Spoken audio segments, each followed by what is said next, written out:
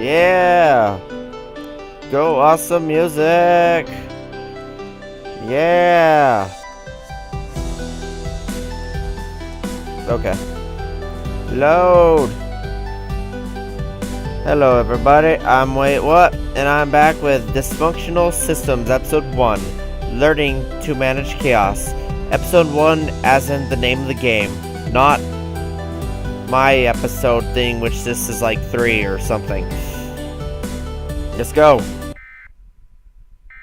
Oh yeah, and those stuff on the TV and we got drunk and we found out we were 14 or something. Okay, let's go. When the picture returns, a twisty and intricate crest, a duck flying over a sword, and a pickaxe, looks like, appears on the screen, set against a noble blue. Could this be a team logo? An address to the audience from the coach and captain? Ooh, I want to see.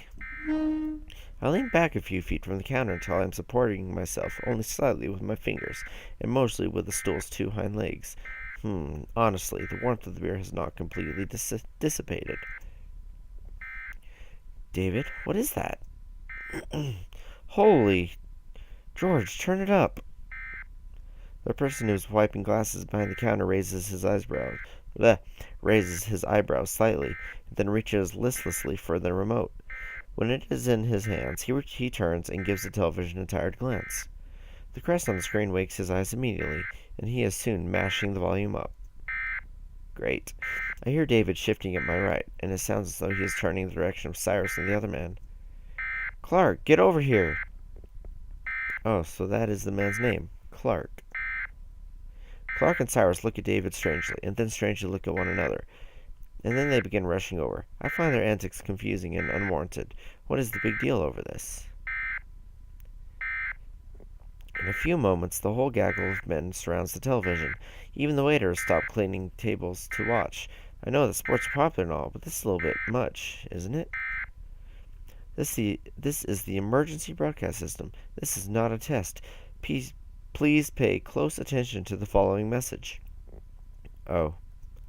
The message will begin in 40 seconds. This is the emergency broadcast system. This is not a test. Please play... Why do I keep doing that? Please pay close attention to the following message. 30 seconds.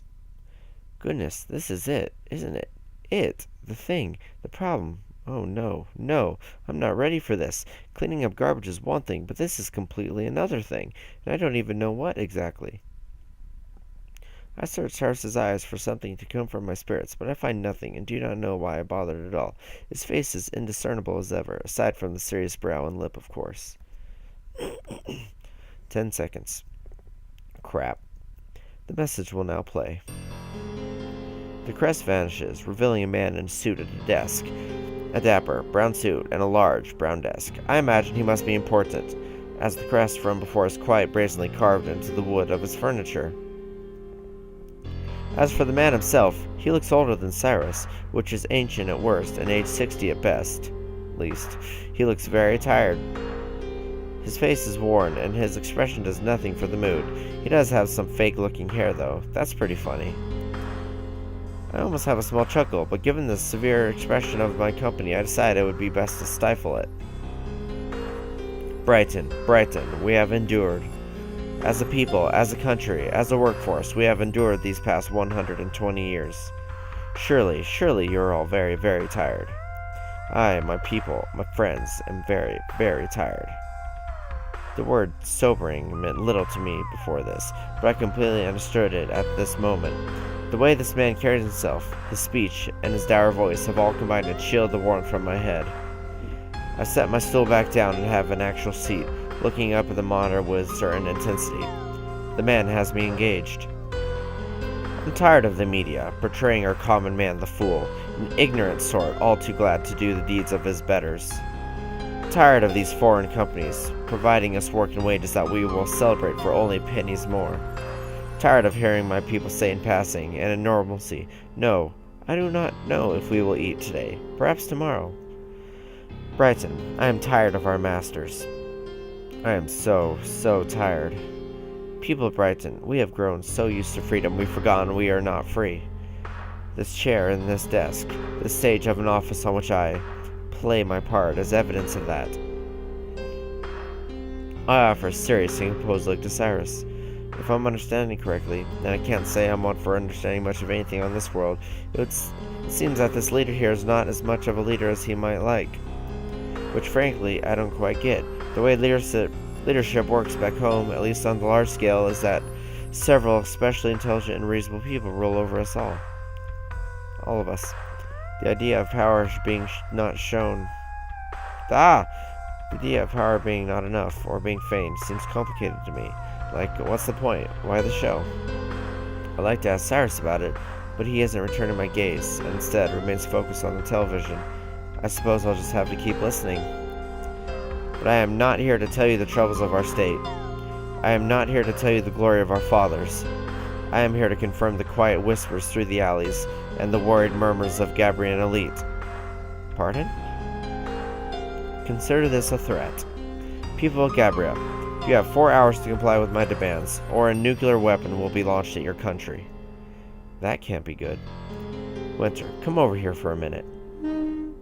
I rise and step over to my mentor, feeling surprisingly clear-headed and befuddled all at once.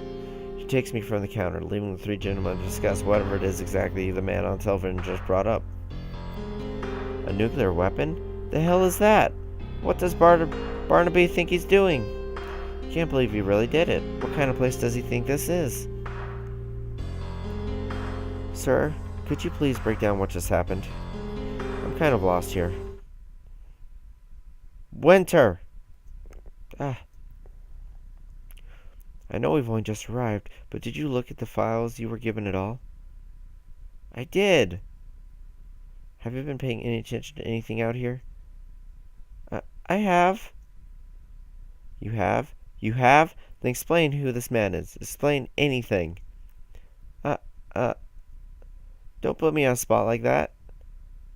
The leader of Brighton, sir. President Barnaby. He's saying about Gabriel. I'm not an idiot. Gracious, why can't I articulate or explain it any better? I just wanted to clarify some things, because I'm shadowing you.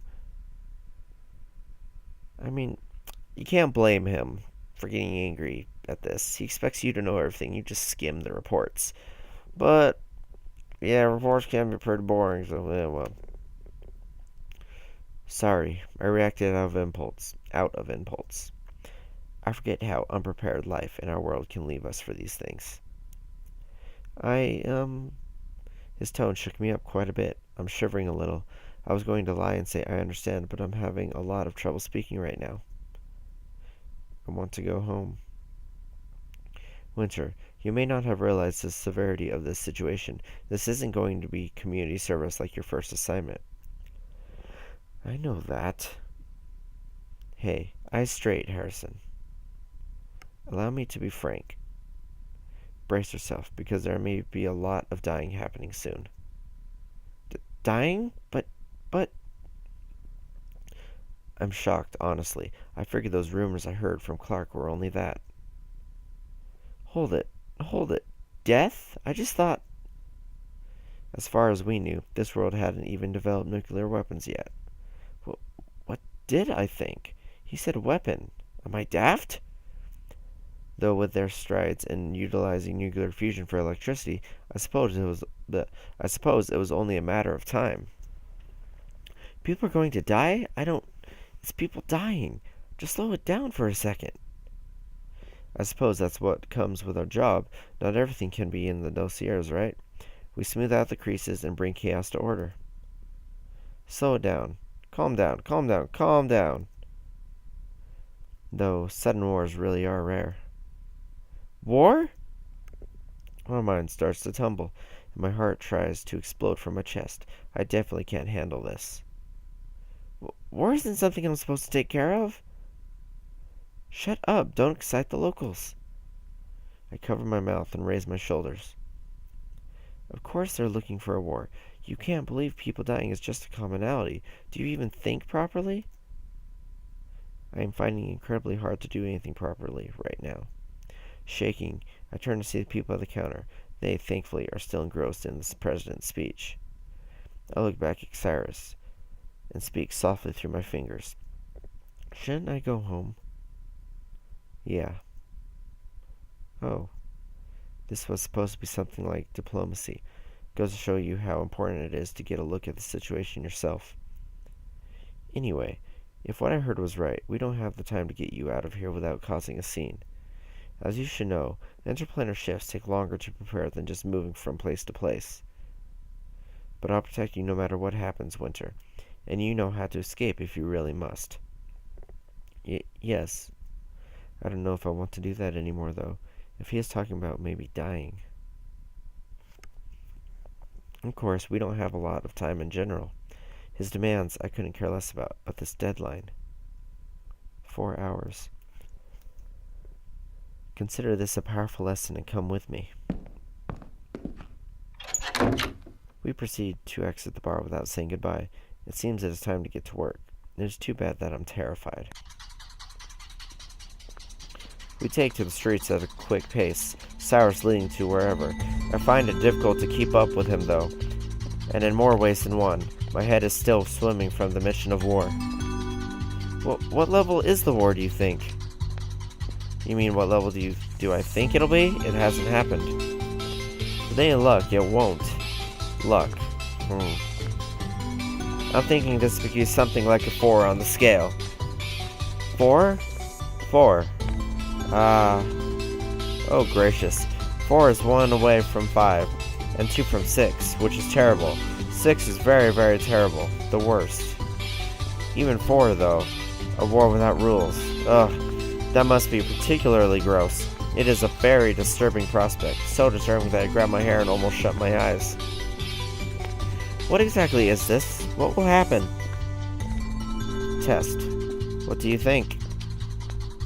Is it really the time for tests? Be appreciative that I'm even doing this work, Winter. He seems so much more angry than before. How irksome. What do I think? What could it be? Well, first of all, Gabrielle will respond to Brian's threat. Possibly. Possibly. Why wouldn't they? I'll answer that for you, because it might work in their favor to ignore it. I, don't get it? Just think, Winter. Oh, okay. Just think. Wonder if I see you. Ah! Well, maybe they just don't care at all about Brighton, and they'll use this tantrum as an excuse to destroy them. That's nonsensical, I know. Keep pointing out how I'm like a fish attempting to walk. That's right, Winter. You're right about why they wouldn't respond. What? How absurd. Isn't Gabrielle a leech on Brighton's back? They need Brighton, so why would they want to destroy it? Well, they wouldn't actually destroy Brighton. What they would do is invade and take away what little freedom and independence this country still clings to. Then they would be able to take advantage of the citizens in a way unprecedented. What a disgusting thought. I can hardly even imagine it. Alright, now here's another question. Why does Brian think it can take on Gabrielle? Damn it, Cyrus. How should I know? The same way you knew the first answer. I was bullshitting! Language. Sorry, sir. Thinking about recent events might help. Goodness, is he trying to get me to think in a place of murderers? Those are boots I would not like to fill. I guess that I have to, though. He mentioned recent events. I can't think that the minimum wage increase would embolden this country enough to believe they could stand against an obviously superior nation. Especially with how unimpressed the president seemed to be about it. Even David wasn't terribly excited. Oh, David. What was it that David mentioned? Their new army.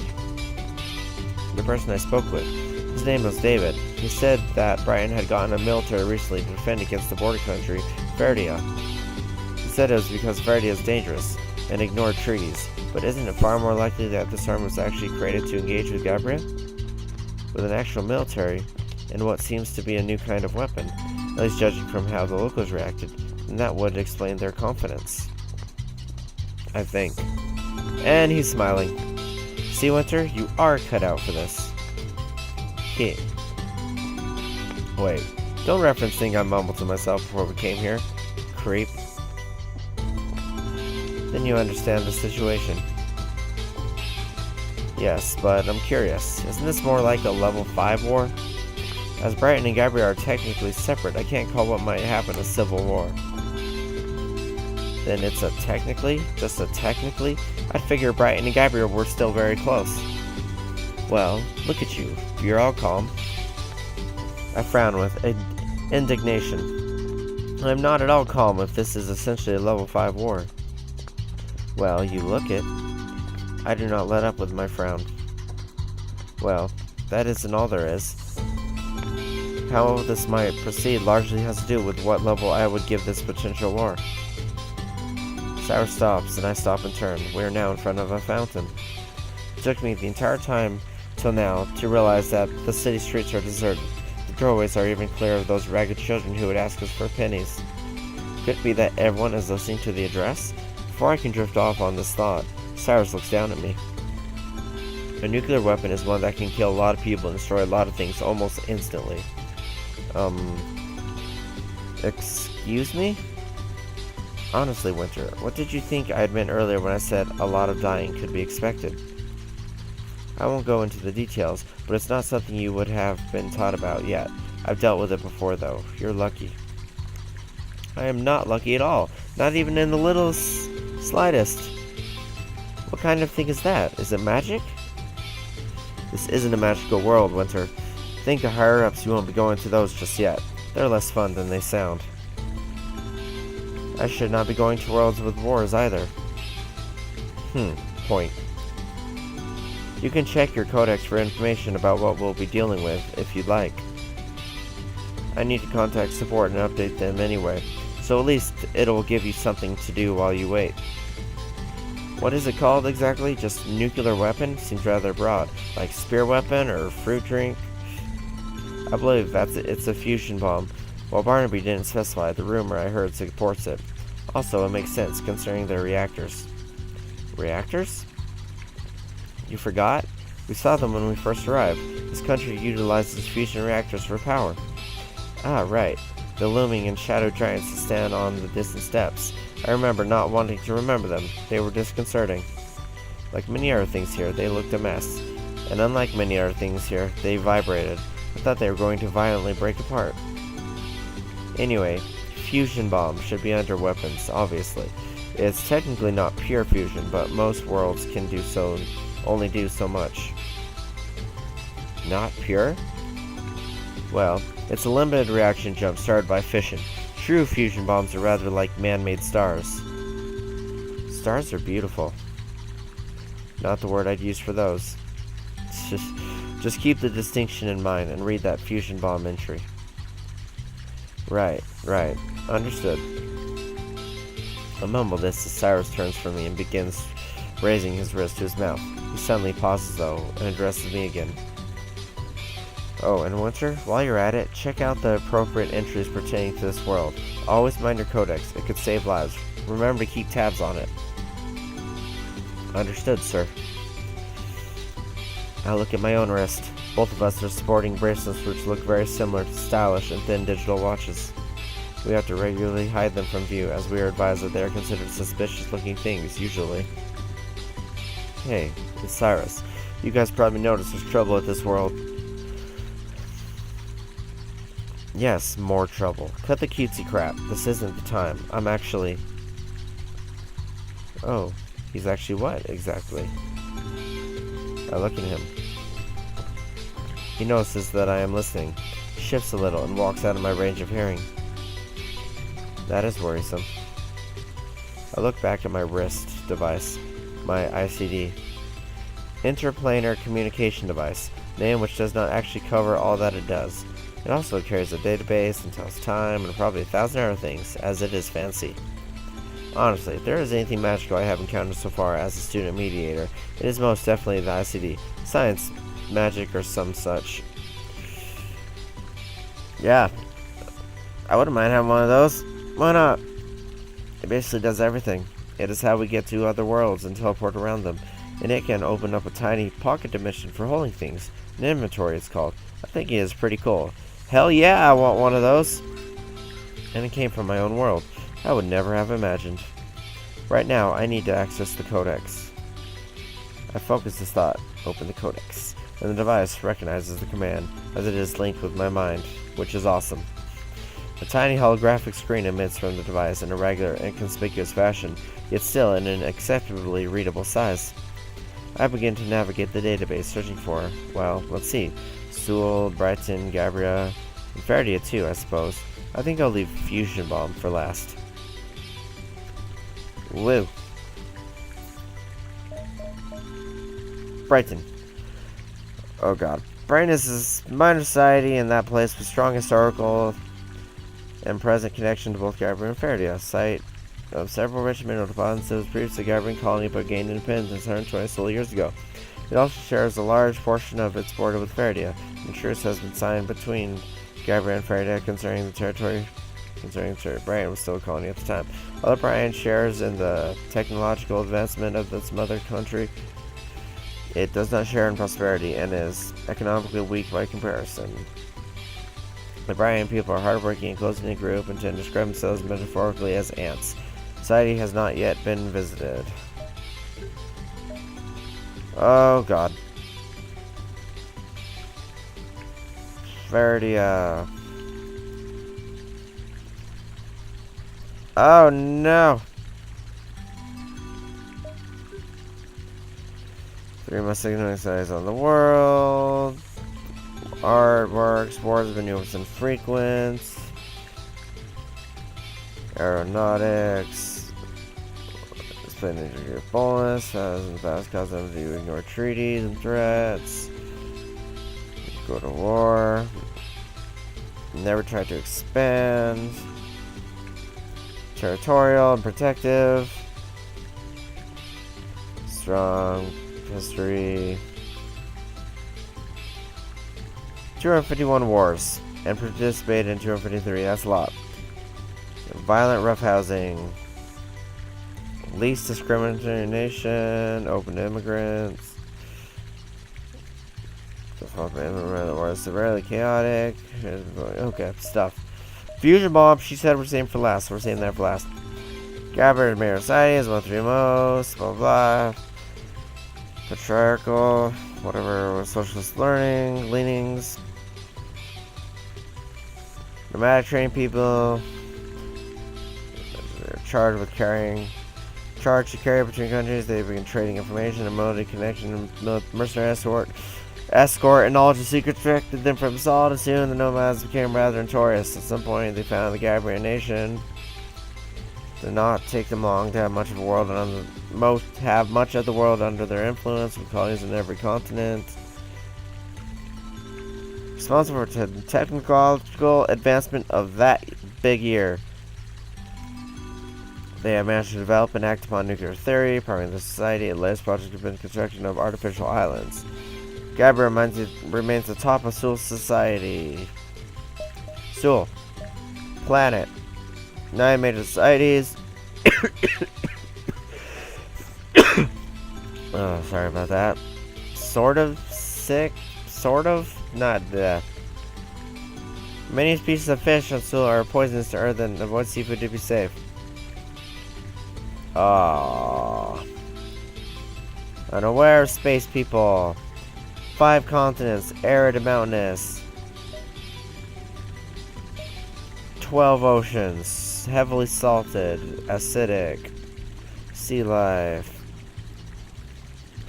Harsh conditions. Increased rate of technological advancement. More quickly. Due to level of chaos. System variable may spike unexpectedly.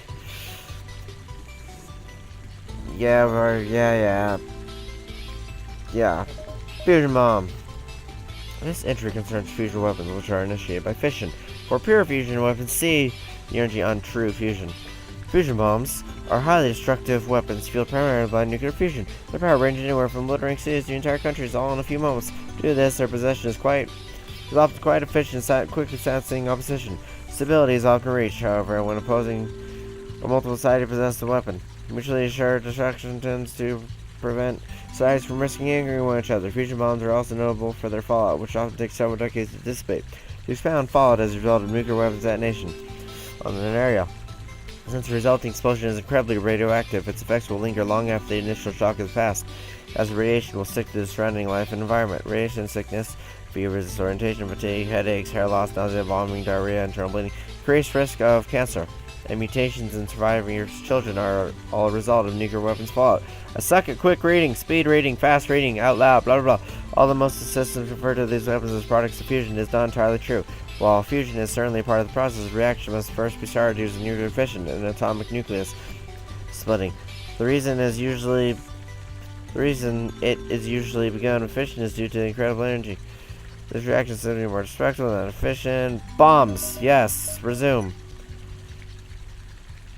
Certainly, this is amazing. I smell pleasantly in admiration of technology. Most unfortunately, my smile is very, very temporary. As it turned out, the fusion bomb is incredibly horrible. It is a weapon that will detonate and destroy everything in a very large radius with a disturbing rapidity. In its wake is a kind of miasma so powerful that it sticks to a place for several decades before dissipating. Yep. Causes sickness to those who did not die and greatly increases the chance of cancer and mutations in children of survivors. Once again, I am affronted by a sense of unreality that has persisted since my introduction into the Mediatorum. This is not even something you would read about in storybooks. This is not a thing one can imagine. Why would you kill somebody else? Why would you kill hundreds, thousands, millions? And what's more, with such effects, what does that accomplish? They said I would not understand it for a long time, that it would be covered later on in my schooling, and until then I would not be allowed to mediate wars. I need to understand this now, though. It may go down in a matter of hours. What will happen if I remain in this foolish ignorance of mine? My heart thumps and my stomach twists. I put my hand over my mouth and squeeze my eyes shut. I am not the type to freak out, but I am freaking out a lot today. Winter! Come on, calm down. We'll make it through this, and you'll be better for it, okay? This game has no good stopping points, but I really do need to stop for this episode, so... yeah, sorry about that. I'm WaitWhat, and I will continue with the next part very soon. Hope you're enjoying it so far, because I really am. The story's getting... heck, it always kind of was. Very interesting. Keep it up. Alright, goodbye.